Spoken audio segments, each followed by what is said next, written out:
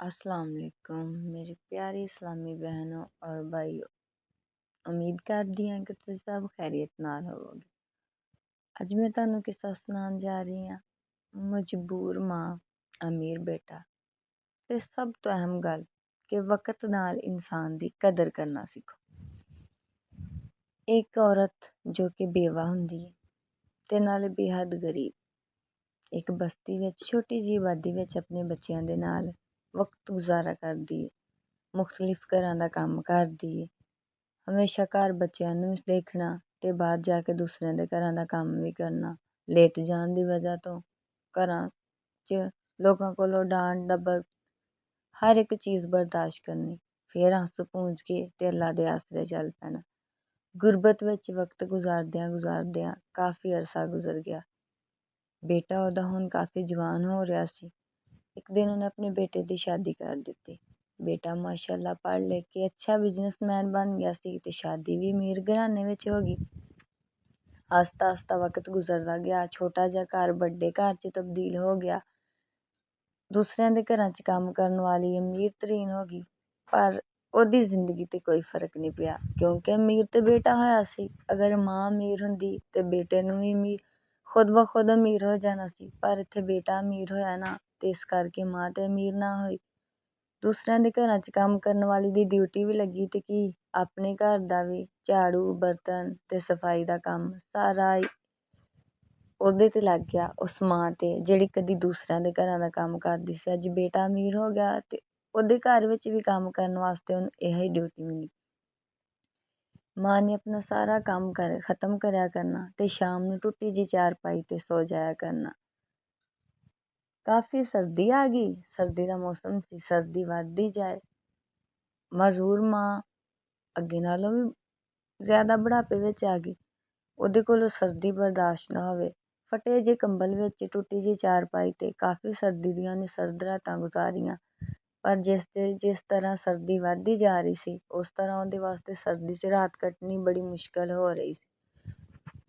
ਇੱਕ ਦਿਨ ਉਹਨੇ ਸੋਚਿਆ ਕਿ ਆਪਣੇ ਬੇਟੇ ਦੇ ਨਾਲ ਗੱਲ ਕਰਦੀ ਹਾਂ ਕਿ ਬੇਟਾ ਮੈਨੂੰ ਨਵਾਂ ਕੰਬਲ ਲੈ ਦਿਓ, ਰਜ਼ਾਈ ਵਗੈਰਾ ਕੰਬਲ, ਤਾਂ ਕਿ ਮੈਨੂੰ ਸਰਦੀ ਨਾ ਲੱਗੇ। ਆਪਣੇ ਬੇਟੇ ਦੇ ਦਰਵਾਜ਼ੇ ਤੱਕ ਜਾਂਦੀ ਤੇ ਫਿਰ ਸੋਚ ਕੇ ਵਾਪਸ ਆ ਜਾਂਦੀ ਕਿ ਕਿਤੇ ਬੇਟੇ ਨੂੰ ਮੈਂ ਬੋਝ ਨਾ ਲੱਗਾ। ਇਸ ਕਰਕੇ ਇਹ ਡਰਦੀ ਇੰਨੀ ਗੱਲ ਨਾ ਕਰਦੀ ਤੇ ਵਾਪਸ ਆ ਕੇ ਆਪਣੀ ਟੁੱਟੀ ਚਾਰਪਾਈ ਤੇ ਲੇਟ ਕੇ ਉਹੀ ਫਟਿਆ ਕੰਬਲ ਲੈ ਕੇ ਸੋ ਜਾਂਦੀ। ਆਖਰਕਾਰ ਸਰਦੀ ਦੀ ਇੰਤਹਾ ਹੋ ਗਈ ਤੇ ਰਾਤ ਉਸ ਕੰਬਲ 'ਚ ਜਿਹੜਾ ਫਟਾ ਹੋਇਆ ਉੱਪਰ ਲੈਂਦੀ ਸੋਚੀ ਗੁਜ਼ਰ ਬਸਰ ਕਰਨਾ ਉਹਦੇ ਵਾਸਤੇ ਬੇਹੱਦ ਮੁਸ਼ਕਿਲ ਹੋ ਗਈ। ਇੱਕ ਦਿਨ ਹੌਸਲਾ ਕਰਕੇ ਤੇ ਆਪਣੇ ਬੇਟੇ ਦੇ ਕੋਲ ਗਈ ਹੈ। ਜਾ ਕੇ ਕਹਿੰਦੀ ਹੈ ਕਿ ਬੇਟਾ ਸਰਦੀ ਬੜੀ ਜ਼ਿਆਦਾ ਹੋ ਗਈ ਹੈ ਤੇ ਮੇਰੇ ਕੋਲੋਂ ਬਰਦਾਸ਼ਤ ਨਹੀਂ ਹੁੰਦੀ ਹੈ। ਅਗਰ ਮੈਨੂੰ ਤੁਸੀਂ ਨਵਾਂ ਕੰਬਲ ਲੈ ਦਿਓ ਤੇ ਮੇਰੇ ਵਾਸਤੇ ਆਸਾਨੀ ਹੋ ਜਾਏਗੀ। ਕੰਬਲ ਬਹੁਤ ਹੀ ਪੁਰਾਣਾ ਤੇ ਫਟਿਆ ਹੋਇਆ।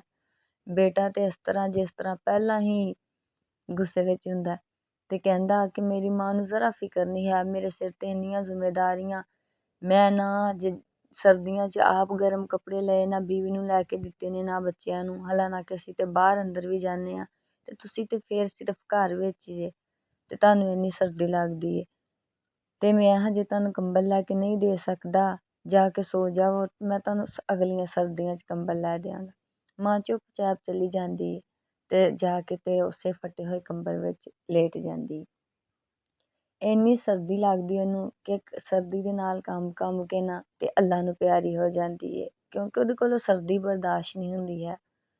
ਸੁਬਾਹ ਨੂੰ ਜਦੋਂ ਬੇਟੇ ਨੂੰ ਪਤਾ ਚੱਲਦਾ ਹੈ ਕਿ ਮੇਰੀ ਮਾਂ ਦਾ ਇੰਤਕਾਲ ਹੋ ਗਿਆ ਤੇ ਇੰਨਾ ਜ਼ਿਆਦਾ ਪੈਸਾ ਖਰਚ ਕਰਕੇ ਤੇ ਹਰ ਇੱਕ ਚੀਜ਼ 'ਤੇ ਬਹੁਤ ਜ਼ਿਆਦਾ ਪੈਸਾ ਖਰਚ ਕਰਦਾ ਤੇ ਲੋਕਾਂ ਨੂੰ ਦਿਖਾਉਂਦਾ ਹੈ, ਦਿਖਾਵਾ ਕਰਦਾ ਹੈ ਕਿ ਹਰ ਚੀਜ਼ 'ਤੇ ਇੰਨਾ ਜ਼ਿਆਦਾ ਮੈਂ ਪੈਸਾ ਖਰਚ ਕਰ ਰਿਹਾ। ਲੋਕ ਆਸ਼ਾ ਸ਼ਿਕਾਰ ਉੱਠਦੇ ਨੇ ਕਿ ਮਾਂ ਨਾਲ ਕਿੰਨੀ ਮੁਹੱਬਤ ਹੈ, ਕਿ ਮਾਂ ਨੂੰ ਦੁਨੀਆ ਤੋਂ ਜਾਣ ਤੋਂ ਬਾਅਦ ਵੀ ਇੰਨਾ ਪਿਆਰ ਕਰ ਰਿਹਾ, ਉਹਦੇ ਵਾਸਤੇ ਇੰਨਾ ਖਰਚਾ, ਹਰ ਇੱਕ ਚੀਜ਼, ਕਿਸੇ ਵੀ ਚੀਜ਼ ਦੀ ਕਮੀ ਨਹੀਂ ਆਉਣ ਦਿੰਦਾ ਹੈਗਾ।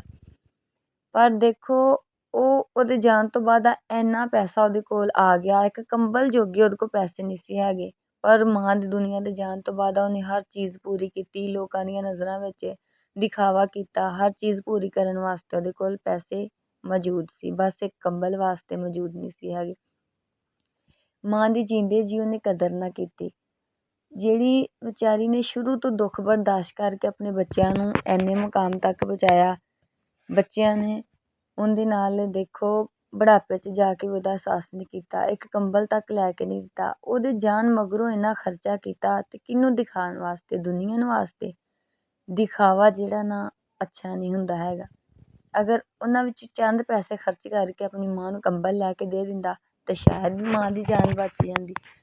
ਗੁਰਬਤ ਵਿੱਚ ਗੁਜ਼ਾਰਾ ਕਰਨ ਵਾਲੀ ਗੁਰਬਤ ਦੇ ਹਾਲਾਤਾਂ ਵਿੱਚ ਇਸ ਦੁਨੀਆ ਤੋਂ ਚਲੀ ਗਈ ਅਤੇ ਬੇਟਾ ਬਾਅਦ 'ਚ ਦਿਖਾਵਾ ਕਰਦਾ ਰਿਹਾ, ਨਾ ਕੋਈ ਪਛਤਾਵਾ, ਨਾ ਕੋਈ ਚੀਜ਼।